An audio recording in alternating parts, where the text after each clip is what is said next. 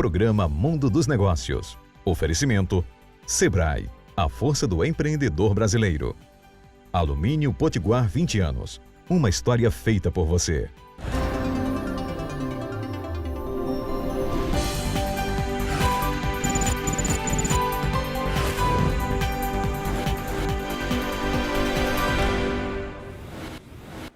Olá, bom dia. Estamos começando agora mais um programa Mundo dos Negócios. Eu mandei ler um texto que me chamou a atenção, que começa com uma citação do autor e jornalista George Bernard Shaw, um americano famoso. Ele dizia que o homem lúcido adapta-se ao mundo, o homem errante persiste em tentar adaptar o mundo a si próprio. Portanto, todo o progresso depende do homem errante. A famosa citação tem um quê de verdade, que mostra a importância do empreendedorismo para a sociedade. Quando as pessoas ficam acomodadas, tendem a ser menos felizes e fazem apenas o que é necessário para sobreviver. O mundo, porém, já exige mais do que isso. E quanto maior for a transformação digital, mais aparente deve ser essa necessidade. As profissões do futuro exigirão pessoas capazes de tomar decisões estratégicas, de analisar os dados e ter uma visão ampla do negócio. As atividades e as operações manuais serão organizadas e executadas pela tecnologia, o que exige dos seres humanos o desenvolvimento de um comportamento diferenciado. Nesse cenário, é preciso ter uma reação empreendedora perante o mundo, a fim de saber que as coisas sempre podem melhorar. Pensar de forma inovadora e encontrar soluções diferentes das comuns, assim, os problemas são analisados a partir de diferentes perspectivas e com o uso de recursos diversos. Para isso, é importante adotar a criatividade e as experiências vividas. Ser pragmático perante os resultados para buscar sempre o melhor possível com o uso do mínimo de recursos e o máximo de impacto. A mentalidade empreendedora depende de habilidades socioeconômicas. As competências técnicas são importantes e fazem a diferença para o futuro. No entanto, o que vai realmente destacar a pessoa é a sua capacidade de resolver problemas, encontrar alternativas e ter uma mentalidade diferenciada. Por isso, existem 3 principais características que contribuem para o desenvolvimento de uma mente empreendedora. Elas são visão. É importante observar o longo prazo e ir além do que os outros entendem. Assim, o conformismo é deixado de lado. Coragem é necessária para encarar os desafios e os riscos que surgem em sua caminhada. Desse modo, é possível seguir de forma contínua. Competência consiste na capacidade de fazer acontecer. Esses são os pilares do empreendedorismo, mas eles só serão alcançados quando há desenvolvimento humano. É dessa forma que você agrega novas características, como pensamento estratégico, que é essencial para tomar decisões acertadas. Por tudo isso, é que hoje eu trouxe para cá José Bezerra de Araújo Júnior. Acho que é um empresário que está bem focado nisso tudo que eu falei aqui. Ele atua no segmento do agronegócio há muitos anos, é produtor, criador. Bom, é uma figura querida e conhecida e reconhecida aqui no Estado. Quem é da economia, quem é dos negócios aqui, sabe também da política. Ele já foi senador suplente, ele já foi presidente da NORC, ele tem uma vida muito focada no negócio aqui no Estado. Zé Bezerra Júnior, bom dia e satisfação tê-lo conosco. Bom dia, Jenner. Bom dia a ouvintes do Mundo dos Negócios. Há tempo que você me convidava, acho que desde que o programa foi criado por você. Você me chama para aqui, eu pedi um tempo, deixe passar. Foi verdade. Umas tormentas que estão acontecendo aí na minha vida. E graças a Deus essas tormentas passaram.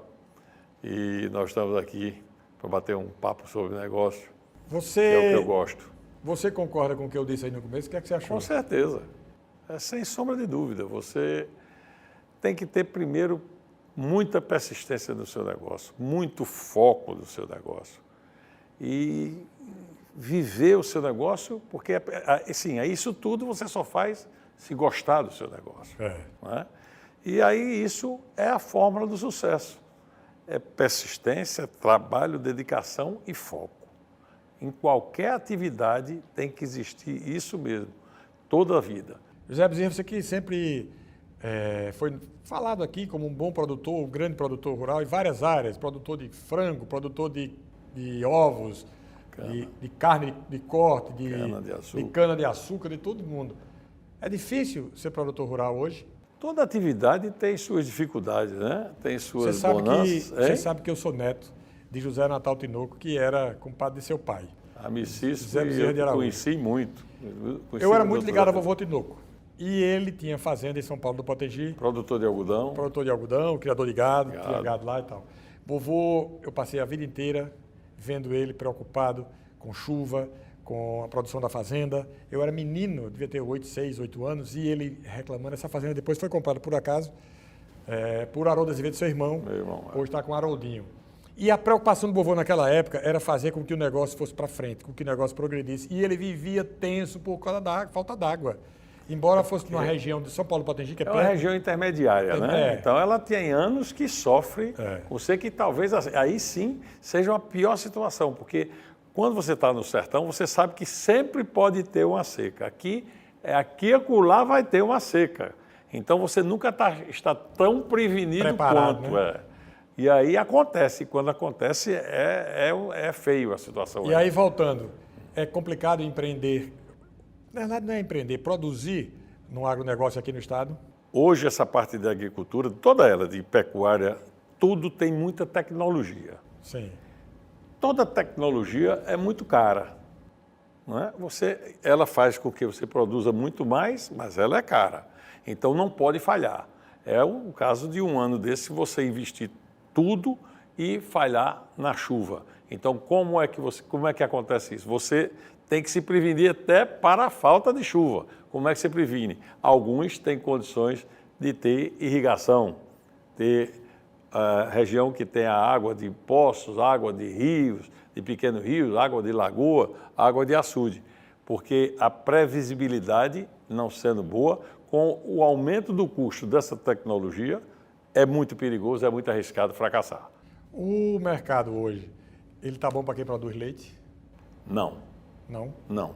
Aqui houve um boom do programa de leite aqui no governo de Garibaldi, né? Sim. Na verdade, de 1996, se eu não me engano. E o governo estadual subsidiava a produção de leite, comprava por um preço justo.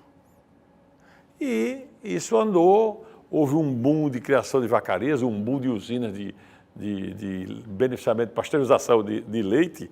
Eu acho que foram criadas 25 em pouco mais de 3 anos. Ainda existe? Existe e deve existir aí pelo menos umas 15. Então é uma boa referência. Né? Ainda existe.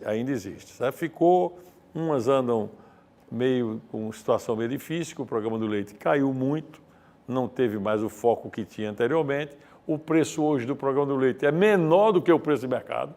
Hoje quem puxa para baixo é o programa do leite. Eu venho sempre dizendo isso. O Rio Grande do Norte hoje deve ter um dos menores preços de leite do país. E aonde as fontes de alimentação para esse gado são as mais caras do país, que nós estamos muito distante das fontes produtoras de grão, como milho e soja. Né? Sudeste, apesar de terem sido criados no Maranhão, no Piauí, na Bahia, criaram os núcleos de produtores de grão, que é quem amenizou muito essa situação, principalmente para o criador de frango, para o criador de galinha poedeira, porque antigamente nosso grão vinha de Goiás e Mato Grosso. É longe demais. Hoje vem do Luiz Eduardo Magalhães, Barreiras, do Maranhão e do Piauí. E isso aí amenizou muito a distância. Metade do caminho, menos da metade. Do Piauí é 1.000 quilômetros, 1.200 quilômetros. Quando vinha do Mato Grosso era 3.500. Era um terço. Com o custo dos fretes hoje? Sim, hoje é totalmente inviabilizado. Totalmente inviabilizado. Você cria búfalo? Tem uns búfalos muito pouco, para criar naquelas áreas de pastagens que o gado não gosta de pegar muito, que é uma pastagem o gado não gosta, ele aproveita tudo, o búfalo. E qual é a ideia de quê? Para criar o búfalo para quê? Para corte? Só para aproveitar, para corte. Sim, para corte. Para aproveitar Tem mercado? Essas áreas. Tem, o mercado do búfalo é o mesmo do boi. A carne é parecida? É igual. Ah, é? É igual. É uma carne mais magra, Sim. Um pouco mais dura, porque é mais magra. Sim. A concentração da gordura não é entremelhada na carne, é localizada acima da carne, e aí deixa a carne um pouco mais dura, mas tão saborosa quanto a do boi. Você falou aí, eu me lembrei agora o seguinte, você criou Red Angus. Sim, ainda crio. Ainda cria. Você produz ainda aquela carne, é espetacular aquela carne. Eu ainda crio, é uma diferença grande. Hoje tem a raça, que naquele tempo eu não conhecia ainda, era a raça Wagyu, Sim. que é aquela história daquele Kobe beef, né? Que é uma fortuna É o aquilo. japonês, né? Eu tenho um gado desse mestiço de Nelore, aqui tudo nós temos que ter uma mestiçagem, porque nós não podemos criar gado puro resistir de ao raças clima, né? europeias por conta do clima. Sim. Né? Então você tem que inseminar as vacas Nelore para nascer um Angus ou um mestiço de Wagyu com 50%, que aí ele sim tem condições de sobreviver nesse nosso clima, que não é só a falta de comida, é esse nosso clima que é o pior clima para o animal, que é o clima quente, úmido. Sim. O quente Seco vai, mas o quente úmido é muito propenso à tuberculose, essas raças europeias, muito propenso mesmo. Você continua vendendo no varejo a carne do Angus? Do Red Angus? Não, eu vendo hoje no atacado. Sim. Alguns... Porque você chegou a lançar no mercado uma época, uma marca. Fiz eu a marca, foi criada por você. Foi lá atrás, né? Foi lá atrás. Como era o nome, criou, Chico? Como era o nome? Angus Bull Beef. Angus Bull Beef. Angus Bull Beef. Ainda tem a marcazinha, tem uma sala de desossa, Sim. Né, que hoje eu opero para um mercadinho que tem na Zona Norte, que ele tem Está nos restaurantes aqui? Não. Porque alguns Esse restaurantes rapaz, lançaram... Não, tem sim tábua de carne de compra desse rapaz. Sim. Essa pessoa hoje é quem abate todo o meu gado. Quase 90% do meu gado quem abate é esse rapaz. Sei. Que tem um mercadinho na Zona Norte e distribui para esses restaurantes de atacado dessas churrascarias, ele aí distribui tudo. Não tem mercado ou tem mercado e a produção é que era complicada? A produção é complicada porque eu não posso nem dizer que não tem mercado. Porque quando eu tinha o produto, eu vendia. Só que a minha produção eu não tinha, assim, toda semana aquela quantidade certa para atender. Demanda certo? constante. Então, você saiu de um mercado, para você entrar de novo, é uma novela. Sim. Né? Então, você não pode falhar. Né? Não pode deixar o processo de continuidade falhar. Toda semana, você tem que ter aquela quantidade. Se você não tiver, vem outro e vende. Na outra semana, o cara, em vez de ligar para você, vai ligar para o outro. O que entrou, ocupou Acabou. espaço. Né? Aí você tem que voltar a conquistar tudo de novo. 2 trabalhos, é o retrabalho. O Mundo dos Negócios vai para um rápido intervalo e nós voltamos já, conversando aqui com José Bezerra Júnior. Não saia daí, é bem rapidinho.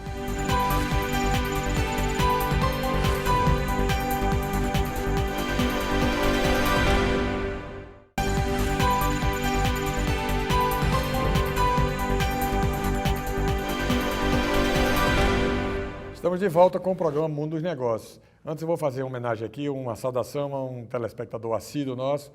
Obrigado, Gênesis, pela sua audiência, pela gentileza, pela forma com que se refere ao programa. Gênesis, que é um ex-colaborador da Transportadora São Cristóvão, uma empresa que era dos meus amigos Laumi e Júnior Barreto, e hoje ele atua lá no Corte Fácil, ali em Parnamirim. Obrigado pelo incentivo.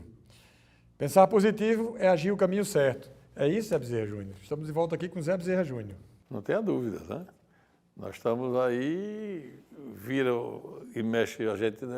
Eu acho que uma vez me disseram assim que o mais importante de tudo é você conseguir aproveitar momentos da economia, né? Teve aqui, por exemplo, há 10 anos atrás, teve um programa de muito sucesso aí, Minha Casa Minha Vida, que agora é Pátria, como é? Casa Brasil, Casa Brasil. Verde Amarela, né? Casa Verde Amarela. Que isso teve um boom nesse mercado, muita gente entrou. Às vezes a pessoa entra um pouco desprevenida, porque o governo é mania de lançar programas e você vai, quando você for para um lançamento do programa, você vai que vai ter sucesso sim por um tempo, porque o governo dá e depois sai do meio e deixa os bagaçados mais feios do mundo. E ficou realmente um esbagaçado muito grande esse negócio de Minha Casa Minha Vida. Muitas pequenas empresas, muita gente quebrou, viu? Mas saiu, mas muita gente ganhou dinheiro também. Por exemplo, o Proálcool, quem não lembra do Proálcool? Abandonar o Proálcool foi um erro total, né? Foi, total. Porque é um também combustível ele terminou ressurgindo pelo povo, pelo consumo, pelos produtores. Exatamente, pelo mercado mesmo. O mercado trouxe de volta a atividade de produção de cana. O Zé Bezerra, os europeus, quando estão se referindo ao Proálcool, eles não sabem porque é que um combustível limpo, produzido totalmente aqui, não dominou o mercado brasileiro. Eu vi já vários empresários europeus comentando isso. Por que é que o Brasil não fez do álcool o seu combustível? E não fez, né?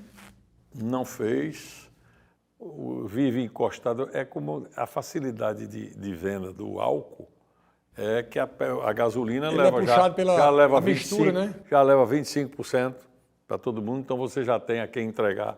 Você produz para quem hoje, a cana-de-açúcar? Hoje eu produzo uma parte para Para a álcool ou ipioca, para açúcar? Ipioca que é álcool, ipioca é álcool. E pior que é álcool é lá em Pureza. Impureza. Pureza, É Ceramirim. A usina está instalada em Ceramirim na divisa com Pureza, Sim. sabe? Mas o imposto ela recolhe para Ceramirim. Ceramirim. E uma parte aqui para as usinas Estivas, que hoje é que era dos Tavares de Melo, né? Em seguida passou para o grupo francês. Dreyfus, francês, e agora está no Monteiro lá de Pernambuco. De Pernambuco. Eduardo Monteiro, né? Eu acho que é Eduardo Monteiro. Né? E está lá moendo, é uma grande usina. E ainda tem a Baía Formosa, também moendo, do estado, que é álcool e açúcar lá. Baía Formosa? Estivas também é álcool e açúcar. Sim. Viu? E o Rio Grande do Norte é um pequeno produtor de cana. O Rio Grande do Norte tem poucas usinas, né, Simbico? Poucas usinas. E interessante aqui, onde já teve um núcleo de engenhos muito grande, que foi Ceramirim e São Gonçalo, Extremóis, chegaram a ter aí 3 pequenas usinas. Não sei se você lembra. São Francisco, Que era de Geraldo Ilhabela. Ilhabela era de Não, Odilon? era primeiro era de Roberto Varela, Ilhabela era de Odilon, depois tinha Santa Terezinha, que depois Ilhabela comprou a Santa Terezinha. Sim. Era do povo de Paulo Varela, avô do nosso pé de Gia. Avô de pé de Gia, avô de Laércio. Laércio Filho é meu primo. Isso. Laércio Filho. E isso tudo hoje não tem nenhuma usina aí.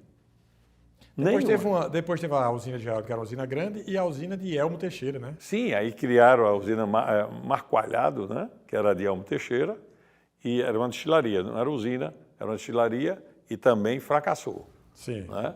Com esses anos de inverno, também essa fracassou com o álcool. Sim. Né? Porque diziam que o álcool, enquanto teria que sobreviver naquele tempo, falavam em $20 o barril. Se o álcool caísse de $20 o barril de petróleo, o pró-álcool ficaria inviável. O barril está $90? É 98 hoje, né? E eu acho que é por aí que ele também se viabiliza, viu? Sim. Com 90, com 80, de 80 acima, se ele cair de 80, o álcool fica difícil. Fica inviável. Porque aí também prejudica o açúcar. Porque as usinas, quando o álcool está bom, elas produzem álcool. Quando o álcool está fraco, corre tudo para o açúcar. Aí empurra o açúcar no mercado, o açúcar também cai. O mercado é infalível. Eu não sei regula, que tem gente idiota ainda que quer lutar contra o mercado. Não se luta contra o mercado. É falta de visão, né? Só total. E de um lado falta de visão e do outro lado é má intenção, é uma vontade de enganar. Porque se você corre contra o mercado, você está querendo enganar alguém. Todo empresário que vem aqui, tradicional, que tem experiência no ramo, eu faço uma pergunta básica a ele. Já perguntei a alguns empresários que você conhece aqui ao longo do tempo. Existe algum país no mundo que abriu mão da existência de empresas que conseguiu se desenvolver e gerar conforto para os seus cidadãos? Nenhum. Daí a China só veio o boom de desenvolvimento quando ela resolveu se industrializar e criar empresas para gerar emprego e renda para o próprio país. Você sabia que nos anos 80, no começo dos anos 80, o PIB do Brasil era maior que o da China? Eu vi aquela relação já. Essa relação, em 1980, o PIB do Brasil era maior do que o da China. A China, depois de Deng Xiaoping, com ele, aliás, fez grandes transformações. Vamos esquecer o lado político, porque é a ditadura, né? Mas entrou duramente para investir na economia. Na economia fortemente. Forte. O PIB da China hoje é da ordem de 14, 15 trilhões de dólares. E o do Brasil não chega a 2. Uma coisa interessante que eu tive a ver nesses últimos dias, fui discutindo com um sobrinho que mora na Argentina, é que há 30 anos atrás, a Argentina tinha 1,1%, acho que você mandou esse dado hoje, foi você também, eu acho, 1,1% das pessoas em extrema pobreza. Eu falei sobre isso recentemente, né? Aí, veja só, o Brasil tinha 24%. Em 1990. Em 90, isso aí, 30 anos atrás. Tinha 24%. Hoje tem 1,9%. Hoje tem 1,9%, a Argentina continua com o mesmo 1,2%, até aumentou. Ou seja, não, a Argentina continua na mesma, não. Veja só, o Brasil evoluiu de 24% para 1,9%. Um quarto da população brasileira estava na extrema pobreza. Hoje é 1,9%. 1,9%. Ou seja, 10%, caiu 90% quase. Né? Mais de 90% caiu. Mais de 90%. Aí a Argentina continua. Eu falando com o Luizito hoje, Luizito, o PIB da Argentina era igual ao do Brasil, o PIB completo, né? O per capita muito maior. Muito maior. Muito maior. Hoje o PIB da Argentina é muito menor e o per capita o Brasil já é maior. Também já? No per capita. É algo incrível isso, população Luizito, nossa, em 20 anos, 30 anos. A população nossa são 215 milhões, a deles 40 e poucos. 40 e poucos milhões, entendeu? O PIB da Argentina hoje é muito menor, é menos que a metade do Brasil. Eles empobreceram muito. Muito. Pararam no tempo e espaço. Eu estou achando a Argentina muito parecido a Europa com relação ao mundo e a Argentina com relação à América Latina. Sim. Entendeu? Ficou para trás. Ficou para trás. Eu fiquei impressionado como caiu também a Colômbia, porque a Colômbia era uma ilha, mas na última década caiu 5% a economia formal da Colômbia. A da Venezuela não dá para falar, porque não, essa última década a queda é tão grande que o Banco Mundial não cita, não tem esse dado. Eu vou até trazer, eu vou atrás desses mapas e vou botar aqui no próximo programa para mostrar às pessoas as economias como interessante esses mapas que estão saindo hoje sobre a América Latina. O Banco Mundial publicou isso faz alguns dias, e eu venho falando sobre isso, para mostrar às pessoas, porque, Chimbica, nós temos um problema grave. Parte da nossa população é pessimista, adora fazer notícia. Adora desgraça. Notícia negativa sobre o Brasil. E eu faço o contrário. Cada vez que eu vejo uma notícia positiva do Brasil, eu dou amplificação. Eu levo para aqui para a televisão e levo para o rádio. Para tentar fazer com que as pessoas enxerguem que, apesar dos pessimistas e dos maldosos, nós somos um país que tem uma perspectiva grande pela frente. Muito grande, muito grande. Você está otimista para o ano que vem? Rapaz, mudou o governo, vem um novo governo. Eu estou otimista desde que os contratos sejam cumpridos. Certo. Né? O que está estabelecido não muda em tanta regra, porque nós precisamos de regras e de contratos a longo prazo.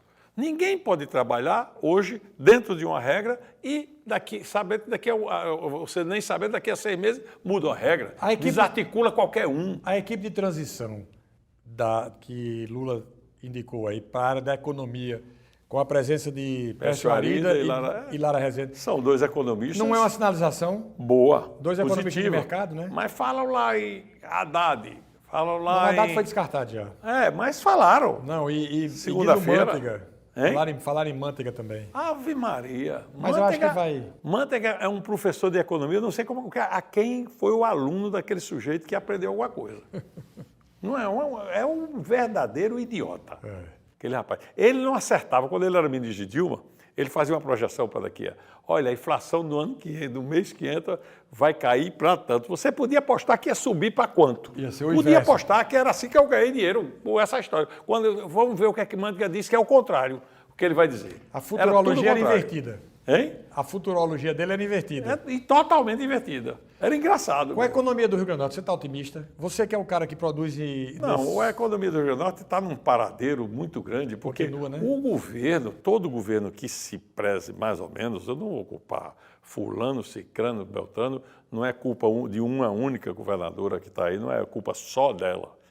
O problema é que o governo, todos eles, Rosalba, Vilma, Robson, Fátima, não se preocupam com o todo da população.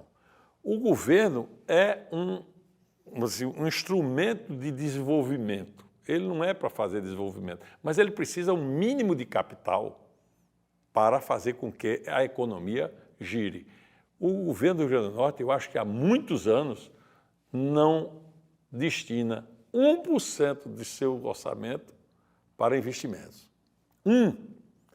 O que é que o governo Fátima fez durante 4 anos? A glória foi botar a folha em dia.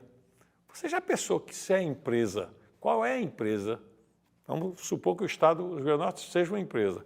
Qual é a empresa que só procura colocar o salário de funcionário, que atrasa, e a preocupação dela, número 1, é colocar o salário do seu funcionário em dia? Ela não vai dar manutenção nas máquinas, ela não vai se modernizar, ela não vai procurar nova tecnologia, porque ela não tem dinheiro para fazer isso funcionar. É só pagar funcionário. E aí o que é que se pode? Tem que dar um jeito, e tem jeito. Tem que fazer o dever de casa. Como é o dever de casa? Eu não sou o governador, mas eu sei como é, mas não vou nem dizer para não ensinar. Não, mas é sério, isso é muito sério, muito Tem que ser grave. muito rigoroso com o controle da despesa. É muito né? duro.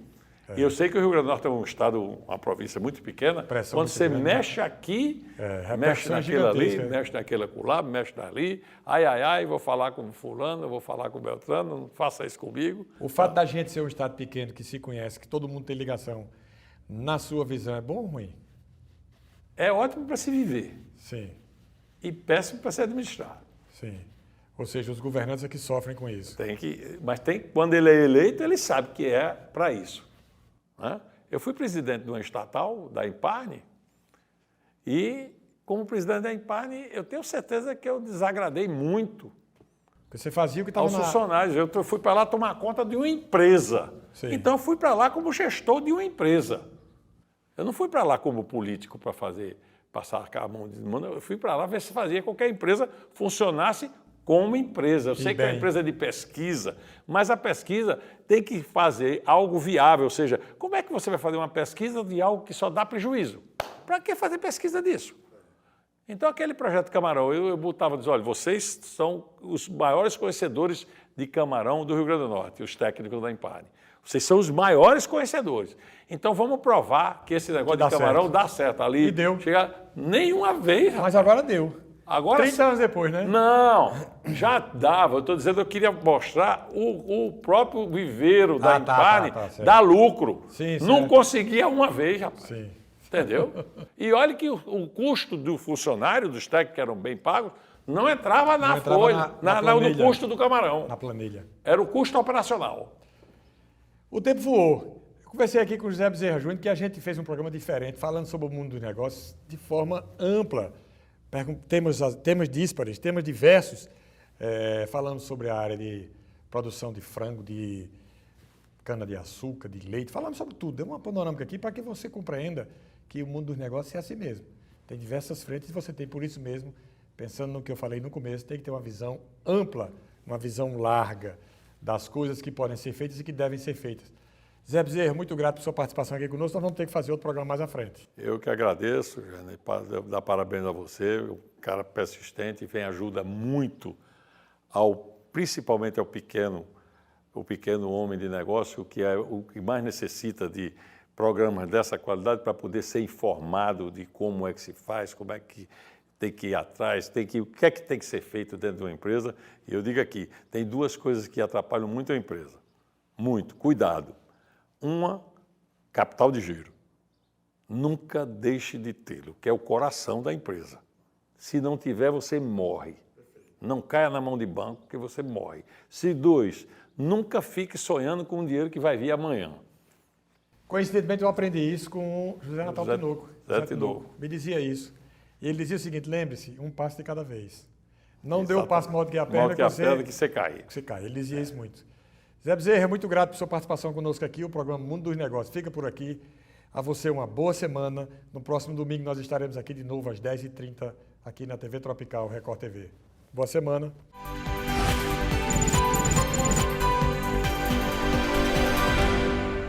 Oferecimento Sebrae, a força do empreendedor brasileiro. Alumínio Potiguar 20 anos, uma história feita por você.